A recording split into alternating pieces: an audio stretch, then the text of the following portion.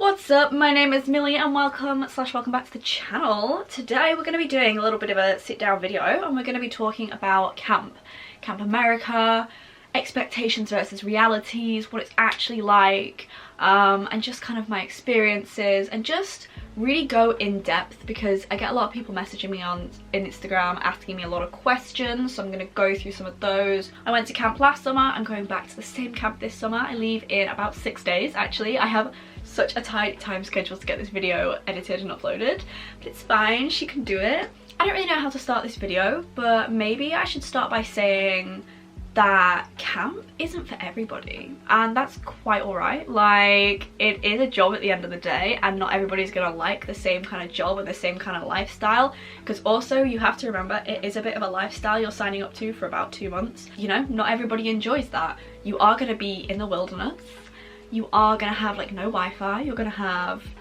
like no free time, you're gonna be sunburned, you're gonna be hot, you're gonna be tired, you're going to be away from home, all these things that I'm going to get into, and you're going to be working hard. You are, because it is a job at the end of the day. However, I think if you are really dedicated to it and you really put in like a lot of your time and energy, you're going to get so much out of it. And if you go in with an open mind, it gets better. I think the initial shock of going is very like, oh, I don't want to be here, I don't want to do this, but it builds on you. It does. And everybody's going to have bad days as well, remember that. But overall I think it's an amazing experience and you really get a lot out of it. Okay, I have no rhyme or reason, I'm just going to start picking things to talk about and we're just going to get into it. First of all, homesickness. So I went over and I'd never left home for that long and been that far away before. Also, if you're an international staff, time differences are a huge thing, and I cried every single day for about a week when I got there.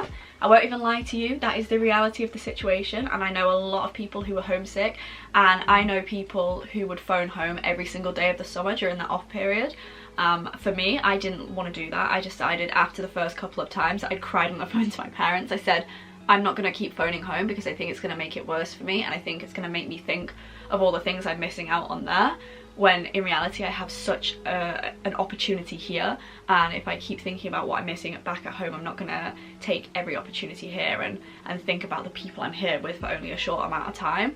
Now, I have grown up doing things like girl guiding and I've done my DOV, so I'm very like outdoorsy, I suppose you could say. I don't mind getting a bit grubby. I guess that's the best way to say it, because I'm not being funny, you are sleeping. I mean, for me at my camp, you're sleeping in wooden logs in the woods that they don't have proper windows. It's just like mesh across them to stop bugs from getting in. You're outside 24/7, like all day, every day. Even in your free time, you're probably going to be sat outside. When I had off time, I preferred to either be in the sun or to be like in the evenings sat on the field or sat on the basketball court or sat on a bench outside, because it's just nicer. So you're gonna get sweaty, you're gonna get grubby, you're gonna probably not look your best, but you know what, doesn't matter. It literally does not matter, because camp is such a bubble from the outside world that nobody cares, and if they do care, stuff them. Like, they're clearly dealing with their own insecurities, and you want to be more focused on the feelings that you're having and the experiences you're having rather than what you look like. And like the showers and the toilets at camp, another point kind of connected to this, they're not great, I won't lie to you. The showers are grim. I remember, obviously I'm in a girls' bunk, some girl, and there was like hair everywhere. I remember, oh my gosh, somebody last summer, one of the girls just left like a massive wad of hair on the shower, and I was like, girls, who has done, just take it and put it in the toilet and flush it down the toilet, because it's gonna block up the drains. Like, who is doing this? All 3 of our toilets got blocked, sometimes for like a week, because they just could not fix them for whatever reason. I don't know what was going on with the plumbing, but I think girls kept flushing sanitary towels and tampons down there, and then they kept getting flooded, and they would smell, there would be like literal poo just like sat in the toilets, and the water would be like this far from overflowing. It actually makes me feel quite sick when I think about it now, because like we were living in those conditions. And oh, there was one, oh, there was one point in the summer, right, so all the girls would go in for shower time and they'd all like shower and then get out, and the next one would get in the shower, and it was like one after the other, so it's a lot of water being used at the same time. And for whatever reason, because all the plumbing's connected and it's not the best plumbing because you're out in the woods, essentially the drain in the middle of the floor that's like in the middle of the bathroom, so this drain in the middle of the floor got blocked, and it started, don't ask me how because I'm not a plumber, started like spewing out this pooey water. I remember all the girls screaming in the bathroom, and I was like, oh my god, what's wrong, what's wrong? I knocked and I opened the door and I was like, what's going on? They said, look at the floor. I was like, get out, that's clearly like poo, like let's leave, let's get out, let's get out. And we had to evacuate the bathroom, and then they couldn't shower, we couldn't use our showers for like, I want to say 3 or 4 days, and we had to keep using other cabins to shower, and oh, it was grim. Also, yeah, that's another thing, like all the showers and toilets are probably going to be in the same area. You don't have like individual showers, and for us as staff, like we would just use the same showers as the girls were using, obviously at different times, but it did mean if they needed the toilet whilst we were showering, like they're just gonna come into the room. And you had shower curtains, but actually, now I don't know if this is just my camp, and it really shocked me when I first got over there. I remember thinking, oh god, like this is not, I'm quite a private person, I like my own space when I'm showering, you know, I'm not about to strip off in front of a load of people, but at camp you kind of don't really, you have to. And I remember like you get very casual and very comfortable like with nudity. I can't lie to you, because all the counsellors are just trying to shower as quick as possible, like you all shower at the same time, so you're going to be showering with about 4 or 5 other people, and they're different cubicles, but like they're tiny. If you want to shave, I'm not gonna lie ladies, shaving is pretty difficult. It was a whole thing, and I remember people would just be like out of the showers, leg up on the sink, you know, all access, you know, making sure they got everything, just butt naked, because who really cares, you know, everybody's respectful, we're all adults at that point. Time off. So I think this is a big thing for a lot of people. You are going to be working like 24/7. I cannot lie to you. Even when you're sleeping at night, you have to be prepared for somebody waking you up. Like maybe one of the younger kids has wet the bed, they need you to change their sheets, and it's like 3 AM, you've only just dropped off to sleep, and you need all the sleep you can get when you're at camp, because I'm not being funny, they are long days, they are hot days. You have to get out of bed, because that's realities of being a camp counsellor. That's why I liked being with the older kids, because I knew they were going to sleep through the night. I was like, the second I'm in bed, I know nobody's waking me up, so it's all good. You are on duty like 24/7, and it is hard work, but I think if you go into camp as somebody who values hard work and who values being a team player and who knows that there is work to be done, you're gonna be fine. But also, on the other hand, if you are one of those people, be prepared to go and be working, because you're working with so many different people from around the world who have all had different upbringings and experiences. You have to be prepared to work with people who maybe don't value hard work and being a team player as much as you do, and that can be quite difficult, because it feels then like you're taking on a huge brunt of the responsibility. But there are people in place for you to talk to about that. If you're feeling unsupported by one of your co's, or you know, just somebody who you think is just not pulling their weight, there are going to be people like that. I mean, that's any job, but at camp I think it just feels so much more annoying, and it really gets into you because you're living with this person. Camp is so intense that you're like, well, I'm doing all this work, I'm bearing all of these emotions, like I'm feeling so tired, I'm feeling so run down, and that person is literally like sneaking off to have extra off time when they shouldn't be. Just tell somebody that's like above you, you know, that's literally what they're there for, is support. They can take that person aside, have a word with them, like it's that simple, you know. But be prepared to work with people like that. Going back to off time, because I kind of went on a tangent there, you don't really get much of it. I got 2 hours during the day, but it wasn't like 2 hours, it was more like 45-minute periods.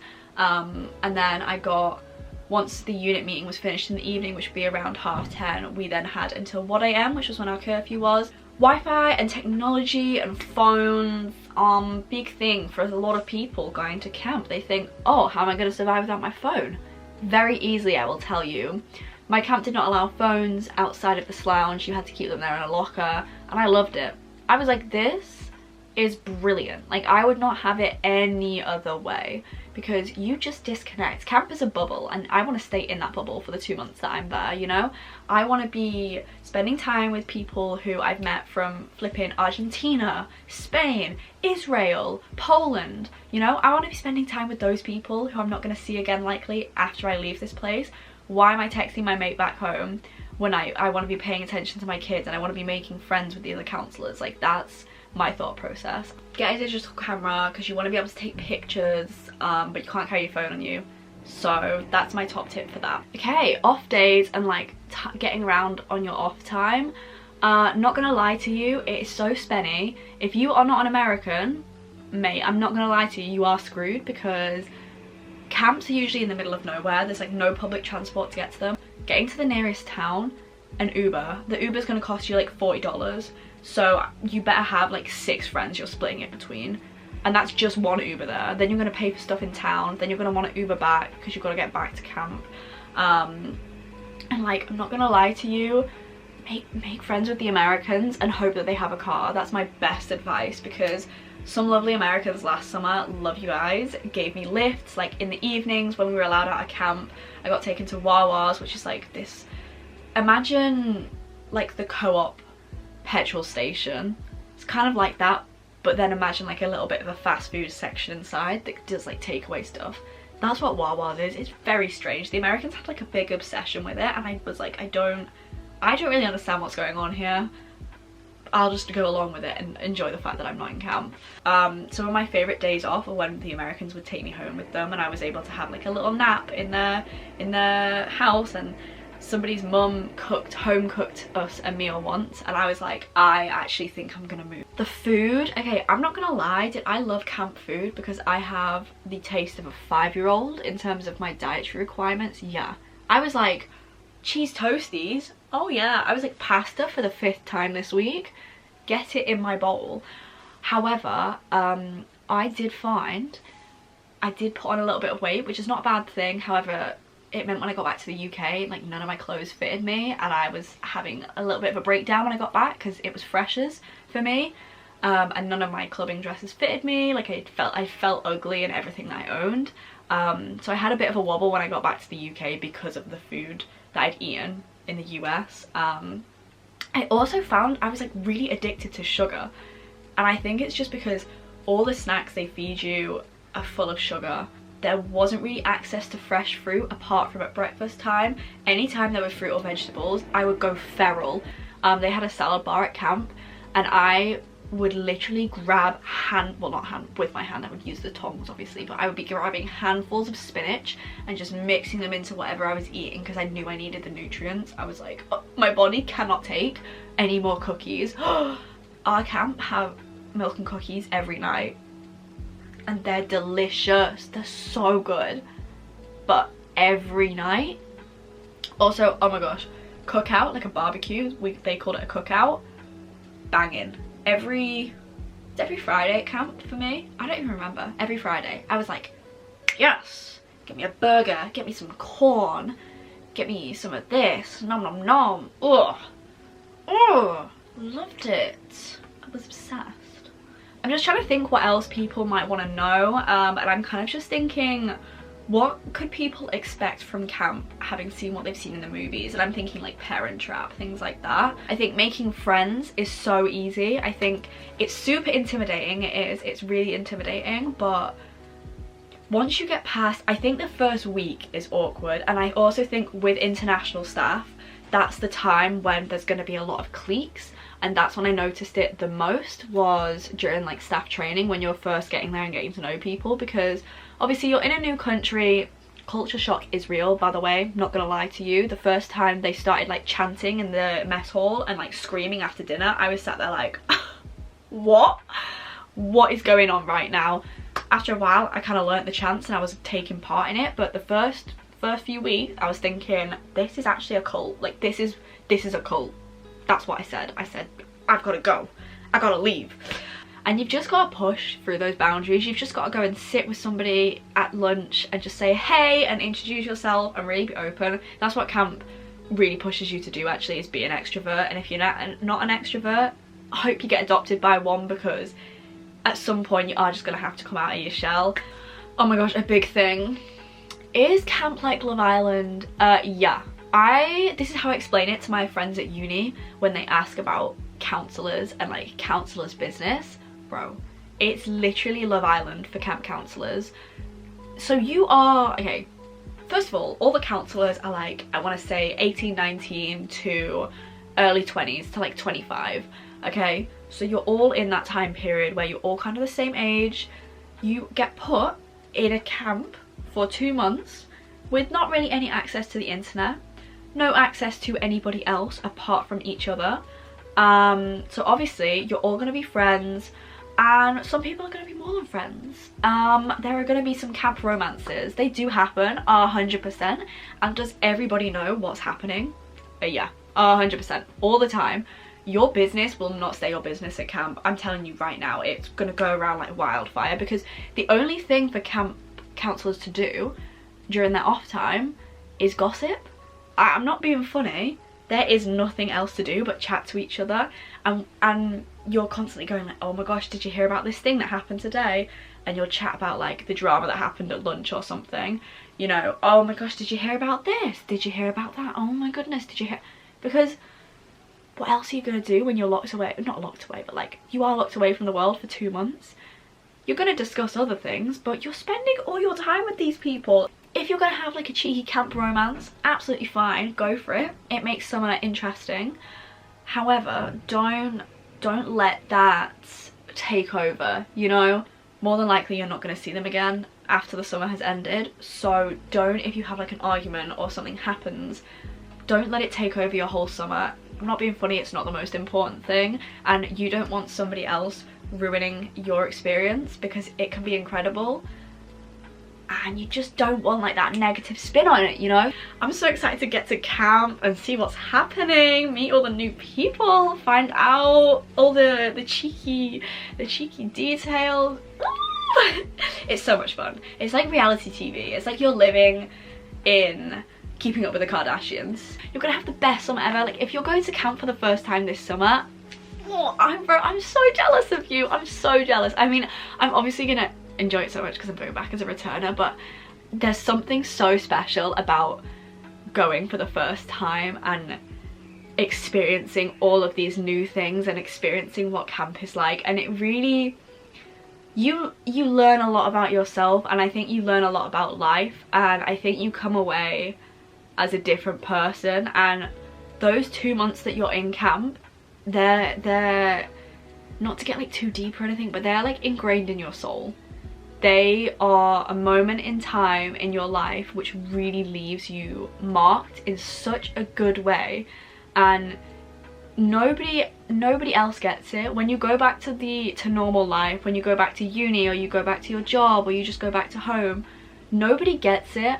And actually it's a little bit upsetting at first, because you've just come from this most amazing experience where you've had truly some of the best moments of your entire life. I just remember feeling so connected to people and to life and to my own feelings and emotions and happiness and to Mother Nature. Honestly, it kind of, I'm not religious, but if I had to explain what a religious feeling and feeling close to God was, I would say that's what I was feeling last summer. I really can't explain it until you've experienced it, and I'm just so excited for everybody that's going for the first time that you're getting to experience those moments and really just, oh, I just want to, guys, you're gonna have the best time ever. Summer, it really is the best summer of your entire life, and I'm so lucky and so grateful that I'm getting to go back for a second year. I mean, sorry if this has been a bit rambly, but I really just needed to explain everything all at once.